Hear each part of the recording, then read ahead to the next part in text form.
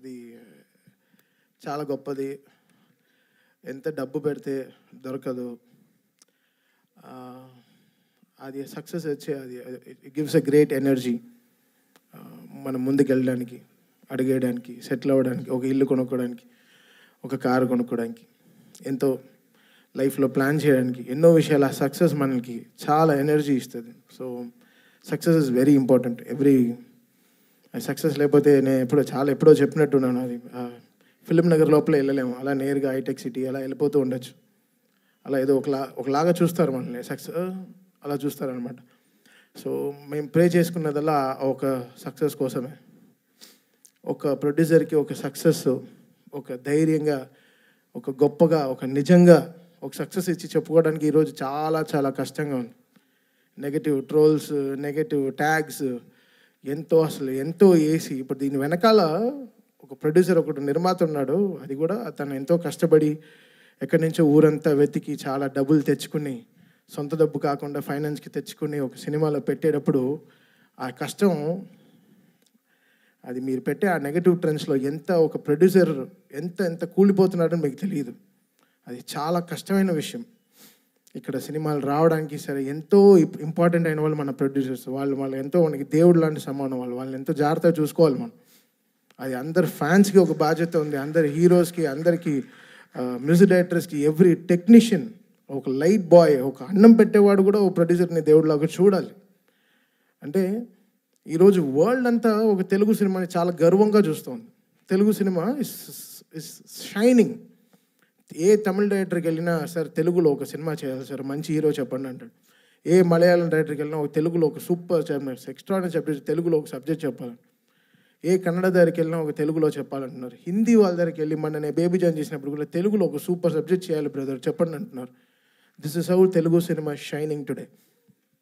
మనమే మన సినిమాని చంపేసుకుంటూ ఉంటే ఏం బతుకుతున్నాం మనం, యాక్చువల్గా అర్థం కావట్లేదు. అంటే బాధగా ఉంది. ఒక ఓపెన్గా ఒక సక్సెస్ గురించి చెప్పుకోలేకపోతున్నాం. అది ఎంత దురదృష్టం అవుతుంది. అది ఎంత వర్స్ట్ థింగ్.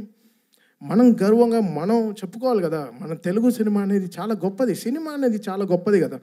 ఇండివిజువల్గా మీరు కొట్టుకు చావండి, మేము దాని గురించి ఏమనట్లేదు, బట్ సినిమాని చంపేయకండి, అది కరెక్ట్ కాదు. అది చాలా రాంగ్. అది ఏ సినిమాకి జరగకూడదు. అది ఐ ప్రే అది నేను వెళ్తాను, అది వాట్ ఎవర్ ఇట్ ఇస్. ఇప్పుడు నేను తప్పు చేశానా, నా సైడ్ ఒక తప్పు ఉంటే అది ఎవరితో పెట్టుకోను. ఆ రోజు రాత్రి 12ంటికి నేను తప్పు చేశానంటే వాడి పైన కాల్లో పడైనా వాడిని క్షమాపణ అడుగుతాను. ఆ 12 o'clock I finish the job. Next రోజు when I'm getting up, I don't want any enemies in my life. పొద్దున్న లేస్తామో లేదో తెలియదు, ఈరోజు పడుకుంటాం, పొద్దున్న లేస్తామో లేదో తెలియదు. నువ్వు ప్రామిస్ చేయి రేపు పొద్దున్న లేస్తామని. You don't know what anything can happen for anyone in the night. So ఎందుకు ఇంత నెగటివిటీ?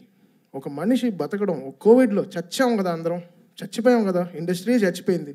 మళ్ళీ లేపి మళ్ళీ తీసుకొచ్చి పెద్ద డైరెక్టర్స్ మన తెలుగు సినిమాని ఎక్కడికో తీసుకెళ్తున్నారు వరల్డ్ వైడ్.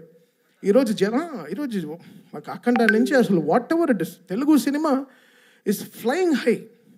జపాన్లో సినిమా రిలీజ్ అవుతోంది, అమెరికాలో 10 million 15 million కొడుతోంది, ఆస్ట్రేలియాలో సినిమా రిలీజ్ అవుతోంది. అసలు వరల్డ్ కార్నర్స్, నార్వేలో ఫస్ట్ షోలు పడుతున్నాయి, ఎక్కడెక్కడో ఏవో జరుగుతున్నాయి, ఆఫ్రికాలో రిలీజ్ అవుతోంది, ఇంకా సౌత్ అమెరికా కూడా అయిపోతున్నాయి అనుకుంటా. ఇంకా we will go there. Telugu వాళ్ళు ఎంతో గొప్ప వాళ్ళు, అంత చాలా అందరూ వరల్డ్ వైడ్ వెళ్ళిపోయి మనకి ఎంతో వాళ్ళు గర్వంగా మన సినిమాని ఎక్కడో తీసుకెళ్తున్నారు.